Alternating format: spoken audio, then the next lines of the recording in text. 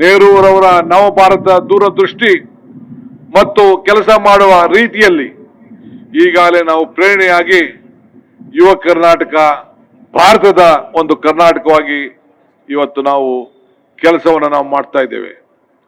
ನಮ್ಮ ರಾಜ್ಯದ ಪರೀಕ್ಷೆಯ ಪದ್ಧತಿಗೆ ಈಗಾಗಿರುವಂತಹ ಅನೇಕ ಸಮಸ್ಯೆಗಳನ್ನು ತಾವೆಲ್ಲ ಗಮನಿಸ್ತಾ ಇದ್ದೀರಿ.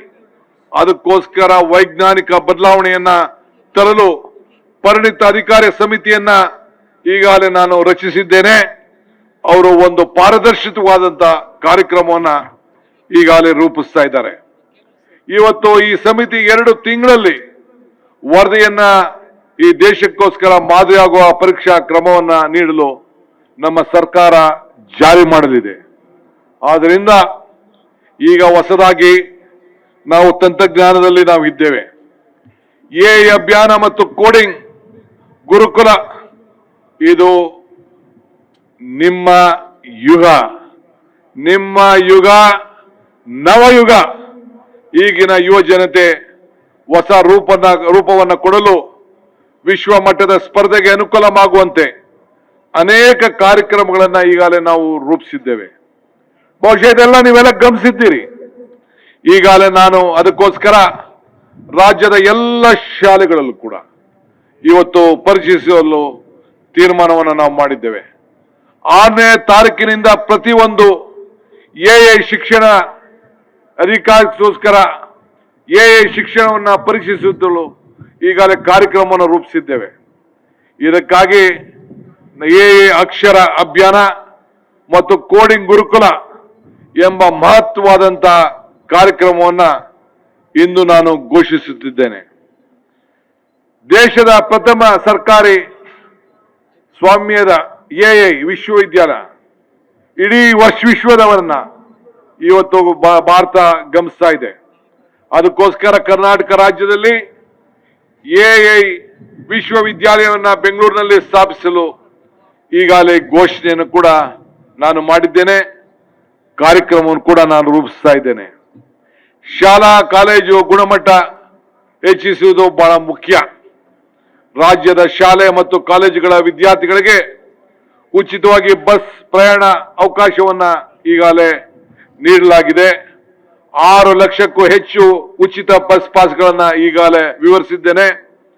ನಾನು ಅಧಿಕಾರ ತೆಗೆದುಕೊಂಡಂತ ಮೊದಲನೇ ದಿನ ನಾನು ನನ್ನ ಸಂಪುಟದ ಸಹೋದ್ಯೋಗಿಗಳು ಈ ದಿಟ್ಟವಾದಂತಹ ಕಾರ್ಯಕ್ರಮವನ್ನ ಈಗಾಗಲೇ ಘೋಷಣೆ ಮಾಡಿದ್ದೇವೆ.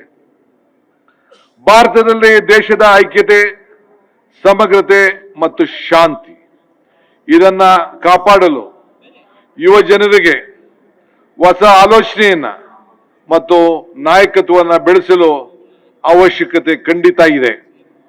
ಇದಕ್ಕೋಸ್ಕರ ಈಗಾಗಲೇ ನಾವು ಅದಕ್ಕಾಗಿ ರಾಜ್ಯದಲ್ಲಿ 10,000 ಭಾರತ್ ಜೋಡೋ ಯುವ ಸಂಘಗಳನ್ನ ಸ್ಥಾಪನೆ ಮಾಡಲು ಈಗಾಗಲೇ ಕಾರ್ಯಕ್ರಮವನ್ನು ನಾವು ರೂಪಿಸಿದ್ದೇವೆ. ಗ್ರಾಮೀಣ ಭಾಗದ ಯುವಜನರ ನಾಯಕತ್ವ, ಗ್ರಾಮೀಣ ಭಾರತ ಯುವಜನರ ನಾಯಕತ್ವ ಪ್ರತಿಭೆಗಳು ಹೊರಹೊಮ್ಮಲು ದಾರಿಯಾಗಿದೆ. ಈಗಾಗಲೇ ಇಂಥ ಕಾರ್ಯಕ್ರಮಗಳನ್ನ ನಮ್ಮಂತ ಕ್ಷೇತ್ರದಲ್ಲಿ ಈಗಾಗಲೇ ನಾನು ಪ್ರಯೋಗ ಕೂಡ ಈಗಾಗಲೇ ನಾನು ಮಾಡಿದ್ದೇನೆ. ಪ್ರತಿ ಸಂಘಕ್ಕೆ 10 ಲಕ್ಷದಂತೆ ವಾರ್ಷಿಕವಾಗಿ 1,000 ಕೋಟಿ ರೂಪಾಯಿಯನ್ನ ಅನುದಾನವನ್ನ ಈಗಾಗಲೇ ಒದಗಿಸಲಾಗಿದೆ. ಯುವ ನಿಧಿ ಕಾರ್ಯಕ್ರಮದಲ್ಲಿ ಈಗಾಗಲೇ ಸುಮಾರು 4 ಲಕ್ಷ ನಿರುದ್ಯೋಗಿ ಮತ್ತು ಡಿಪ್ಲೊಮಾ ಪದವೀಧರರಿಗೆ 1,200 ಕೋಟಿ ರೂಪಾಯಿಯನ್ನ ಈಗಾಗಲೇ ನೆರವು ನೀಡಿದ್ದೇವೆ. ಯುವ ಶಕ್ತಿಯೇ ಭಾರತದ ಶಕ್ತಿ, ಯುವ ಶಕ್ತಿಯೇ ಕರ್ನಾಟಕ ಶಕ್ತಿ. ಹಿಂದುಳಿದ ತಾಲೂಕುಗಳಲ್ಲಿ ಹೊಸ ಕೈಗಾರಿಕೆಯನ್ನು ತರಲು ವಿಶೇಷ ರಿಯಾಯಿತಿ ಪ್ಯಾಕೇಜ್ಗಳನ್ನು ಕೂಡ ಈಗಾಗಲೇ ನಾನು ಸಿದ್ಧಪಡಿಸಿದ್ದೇನೆ. ಜನರನ್ನ ಹಳ್ಳಿಯಿಂದ ತಪ್ಪಿಸ್ಬೇಕು, ಬರದನ್ನ ತಪ್ಪಿಸ್ಬೇಕು. ನಗರಗಳಲ್ಲಿ ಅಲ್ಲೇ ಉದ್ಯೋಗ ಸಿಗಬೇಕು, ಅಲ್ಲೇ ಉತ್ತಮವಾದಂತಹ ವಿದ್ಯಾಭ್ಯಾಸ ದೊರಕಬೇಕು. ಇದು ನಮ್ಮ ಸರ್ಕಾರದ ಆಶಯ. ಇದರಿಂದ ಹಿಂದುಳಿದ ತಾಲೂಕುಗಳಿಗೆ ಉದ್ಯೋಗ ಸೃಷ್ಟಿಯಾಗಲಿಕ್ಕೆ, ಈಗಾಗಲೇ ಕೈಗಾರಿಕೆಗಳು ಬೆಳವಣಿಗೆ ಆಗಲಿಕ್ಕೆ, ಜೊತೆಗೆ ಸಮತೋಲಿತ ಅಭಿವೃದ್ಧಿ ಮತ್ತು ದಾರಿಯನ್ನ ಮಾಡಿಕೊಡ್ಬೇಕು ಅನ್ನೋ ದೃಷ್ಟಿಯಿಂದ ರೈತರ ಬಲಕ್ಕೆ ಬೆಂಬಲವನ್ನು ಕೊಡಬೇಕು ಅಂತೇಳಿ ಈಗಾಗಲೇ ಕಾರ್ಯಕ್ರಮವನ್ನು ನಾವು ರೂಪಿಸಿದ್ದೇವೆ.